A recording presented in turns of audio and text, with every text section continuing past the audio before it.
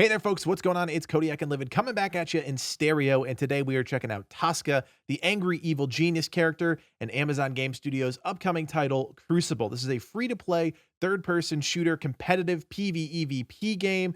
Man, that is a lot to say. And I am excited because this character looks so cool. Livid, what's going on, man? How you doing? I'm doing pretty good, man. Can't wait to check out this character. I was checking out just some of the imagery of him beforehand, and she looks pretty neat. She looks like that angry, furry little psychopath that we all want to play deep down inside. Oh, yeah. Could be an X Factor. 100%. So without further ado, I think let's just jump right into it. Do it.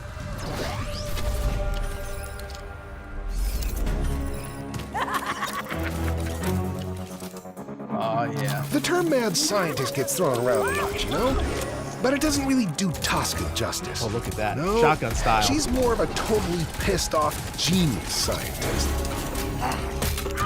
And Thing she's fires got an surprisingly acid fast. Yeah, Real yeah. good And she's combination, close. huh?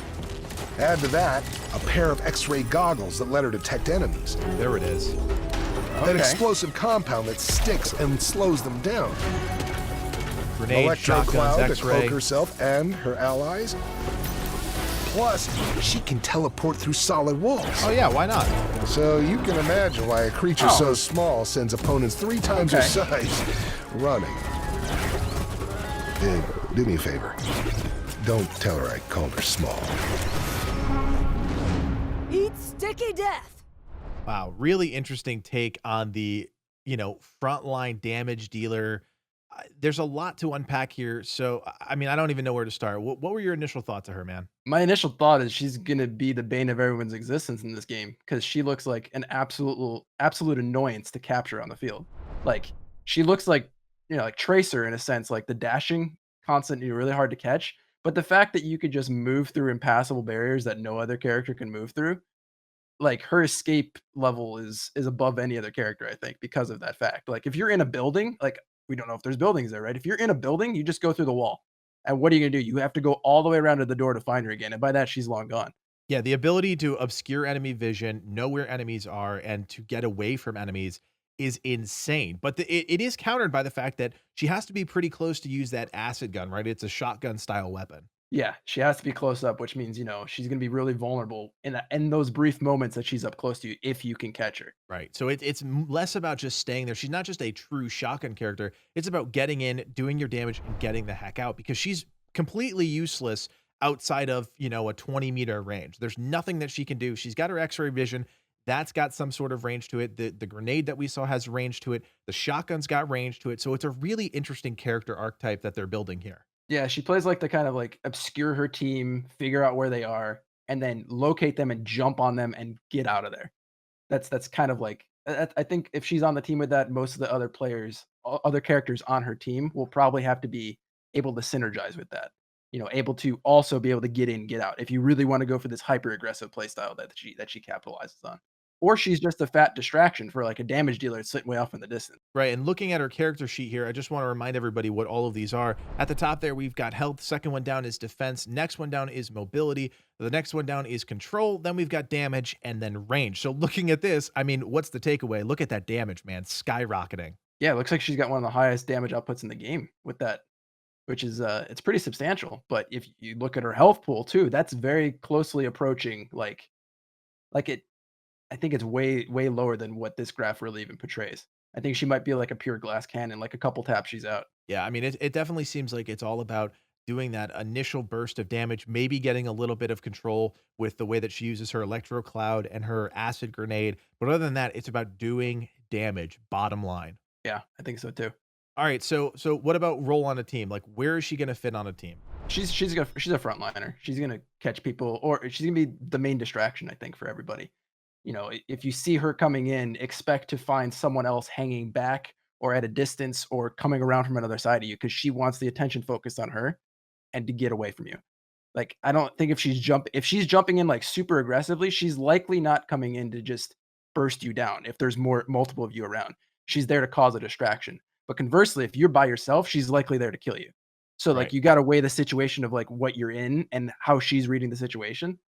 So, those are the 2 kind of roles she's gonna be. She's gonna chase down solo targets and burst them down and get out of there, or she's just gonna be pure distraction, get away, and let the other teammates do the work. Right, and it's a thin line, right? It's a thin line between what a good Tosca player can do and a bad Tosca player can do, and that's because of the glass cannon build. Yeah, 100% on that one. I mean, if you just dive in there and you're a bad player, you're just gonna get wiped every time, and you're gonna be feeding your team. And I don't even know how, respawns or that kind of stuff work on this. So, once we really get into that kind of stuff, that's gonna be, it could get even more high skill cap for players that capitalize on that. Alright, so what type of characters are gonna counter Tosca? So conversely, characters that can obscure her own vision. So her herself is her own direct counter. You'd be able to smoke cloud her teammates, or I think Ajona can also cloak her teammates as well. So those kind of characters that obscure her vision to what she's going to be jumping into. Like if maybe you bait one person outside and you cloak the rest of your team, she thinks she's jumping on one person, and then all of a sudden there's four people there. So those kind of things will really capitalize on her. I think anyone that can catch her mid blink. So Drakal, I think, is going to be actually a pretty good direct counter because he can kind of keep up with her speed wise. If he You can know, catch her. if he can catch her, I mean, because the dashes I think can really keep up with her as long as she's not going through physical surfaces. Which a good Tosca player should be doing. I think. Right. And a good Tosca is going to be able to kite around a bad recall easily. I mean, specifically, using those blinks, using that ability to get away from other characters. Um, in comparison, Drakal's only got that one kind of jet propulsion ability. A Tosca is going to be able to blink away, two, three times. That's going to be insane. So I don't know if there's any other real. I mean, it counters is like high damage also, right? Because if they can pick her while she's jumping, she seems like she has a super low health pool. So again, with Ajona, I know she's got. I keep talking about Ajona, but it's just because I read some of her character stats and everything, and she seems like an absolute like hard hitting truck of a long range sniper. Right. So, if she could pick you off, like if you blink somewhere, you're just carelessly using your blinks out in the wild, and she knows that she's not going to jump for a little bit, one or two snipes is probably going to put an end to her. All right. So let's quickly go through her essence upgrades real quick. Take us through tier one here. So we get Smuggler's Compartment at level 1. It increases the starting med kits from 1 to 3. So we have a number now. You get 1 med kit to 3. That's a lot of extra heals, right? And the maximum med capacity increases from 3 to 5. So it looks like we could pick some other med kits up on the field. And if you're able to carry around 5 med kits, that's a lot of healing potential on that character, which is great because she takes a couple shots, she's probably down to like a quarter health really quickly. Right. And then when we get into like Blink Booster, it increases the distance from 12.5 meters to 15 meters. So that's a substantial distance upgrade. That can mean the difference between getting through a wall or not getting through a wall. Right. And people may not think that sounds like a lot, but it is. Because positioning is going to be absolute key with her. Right. Um, and then her last upgrade on that tree is Finish Them. And it allows your melee attack to transform up to 80 dot damage to immediate damage.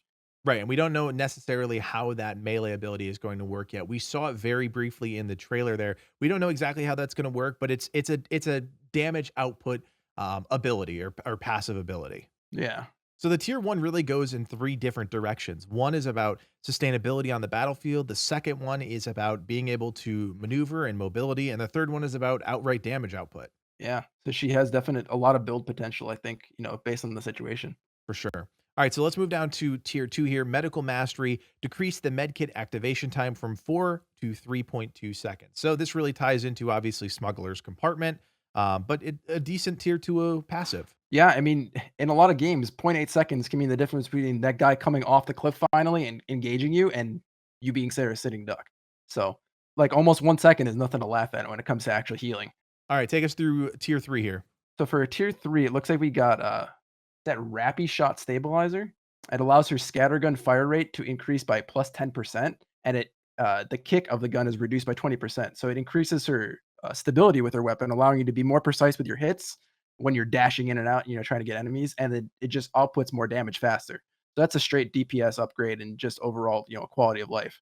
And then her other ability is other upgrade is Z-ray lenses. So X-ray goggles range increases to 65 meters and affects 360 degrees. So that leads me to believe I had no idea that it only kind of affects in a frontal kind of cone probably for her. So that kind of upgrade is interesting because it allows her to AoE scan, which is really good and increases the distance. So that plays more into the mobility tree, knowing what's out there, knowing the threats, giving that intel to your team. And then her other upgrade on that tree is Alpha Spill. So Adhesive Alpha creates an AoE for 8 seconds that damages and slows enemies by 25% for 2 seconds. So it looks like it's like a shot, right? That she can shoot out and it causes it to oh, is that a grenade, I think? That's her That's her grenade. So grenade. basically, instead of being a direct attack grenade, a direct damage grenade, it's now an AoE ability. So something that would work on that 8v8 game mode, that could be, a game changer if you get a grenade that now has a big AoE. Yeah, I mean, 8 seconds of slowing an enemy for 20 so it's 8 seconds of damage, right? And then 25% slow for 2 seconds if they're sitting in that cloud, which also causes them or that's the sticky one, right? The That's sticky this. grenade. This is grenade. Yep. So I mean, it's control, it's utility, which she doesn't have a lot of with her basic toolkit. So that adds another layer to her gameplay. That's dot damage, right? So it's 8 seconds of dot damage. That Yeah, that I think so. capitalizes on finish them, which turns into immediate damage. So, I mean, if it's I don't know if it's dot damage or if it's just an AoE that lasts for 8 seconds, and if you're standing in it, you take damage. If it also applies a dot, that could be something, but I think it's just if you're standing in it, you're gonna Mhm. take damage, but I'm not sure how the slow works because if you stand in it, then you're slowed for 2 seconds. Does it keep refreshing if you're in it? Hard to say. Yeah, that is hard to say. Not a lot of info there. But I mean, obviously, again, with this tier where we've got 3 different categories. We've got the damage output, we've got the mobility and the intel, and then we've got the utility. So once again, it's all about the build with Tosca, how you play this character. Yeah, definitely. All right, so tier 4 here, multi-charged blink vest. You got to pick this one. Number of blinks increased from 2 to 3. So once you reach level 4, you're going to get 3 blinks, and as we talked about before, that's a big deal. Yeah, it's a 33% increase to your mobility, or no more, right? I mean, you're just going to be able to get away one more time. You're going to be able to engage a little Yeah. bit easier. I mean, it's you got to get to level 4. That's a necessity. So if we go down to level 5 now, it looks like it also can capitalize. We got explosive teleport. So every time you blink, you leave behind a bomb that detonates after 1 second and it blinds enemies. So it further increases her mobility in a sense because when you blink, enemies get blinded. They're not going to know what direction you might do a second blink. And if they're like dashing, through that while they're blinded, they might land in the second blink that then also drops another blinding grenade. So you can even do this kind of thing where if you don't blink into a fight and you're able to just kind of get in without being really noticed, and you get off like 3 blinks in the middle of a fight, you have like 3 seconds of blind. We talked about, catching Tosca before. I mean, talk about making it even harder now. Yeah. So level people that reach level 5, sooner rather than later are gonna be a lot harder to take out. And what's that other ability there? That one seems cool too. Isochronal Cloud. So the number of electro cloud charges increases from 1 to 3, so she's got 3 charges on that now. The clouds will, however, be smaller, but it decreases the cooldown by 9 seconds. So you're dealing with a smaller AoE, but you can hide your allies and yourself in different locations. So you can blink Electro Cloud, blink Electro Cloud, blink Electro Cloud, and they just have no idea where you're at. I mean, again, it's all about catching this character. If you get Tosca in the hands of somebody that knows the mobility, who really can manipulate this character in an effective way, deadly. I mean, just pure damage on the battlefield. Yeah, it's terrifying actually. Said it was gonna be a pain, but after reading this, it might be even this is a nightmare to deal with this character. Yeah, I mean, this is glass cannon if I've ever seen it. This is not necessarily the glass cannon from afar. This is the glass cannon right up front. If you can lock Tosca down, if you can somehow catch Tosca, she's gonna die 9 times out of 10. But if you just let this character run around the map, my God, it's just gonna be all hell broken loose. Yeah, it's curtains for your team. All right, what's the final word on Tosca? I think the final word on Tosca is she's gonna be an absolute annoyance that everybody's gonna enjoy to play. I think a lot of people who love third-person shooters and these type of team play games, I think they're gonna gravitate towards this character. Um, whether she has the standing potential to be, a main staple of any team, like in every team comp that you see, we'll find out because she seems very situational, kind of more of a lone wolf style. Unless she really capitalizes on going those upgrades to really capitalize on helping her team. Really like the disruption effects. But otherwise, she seems more of kind of like the lone wolf style. Like I could see this being useful in a duos group. In a larger team group, she has to really go for more of that AOE, help her teammates, like blind enemies and stuff like that. She's gonna be less of like she's gonna be more of a harasser rather than like jump in and just deal damage to people. Yeah, she's gonna have the great ability to peel enemies away, and like you said, just gonna be a complete pain. So you heard it here, guys. Glass cannon with a shotgun sounds dangerous. I mean, I don't know if I'm gonna be able to play her. I don't think it's my type of character, but I'm sure as hell gonna have a fun time trying to kill him. Oh, for sure. I'm definitely gonna give this one a spin. This looks fun. All right, guys, remember, if you want more Crucible videos, to like and subscribe to Legion Gaming. We will be back here for another Crucible character in-depth video analysis, whatever you want to call it. For now, my name is Codiak. That's been Livid. Thanks for watching, and we will see you next time. Take care, guys.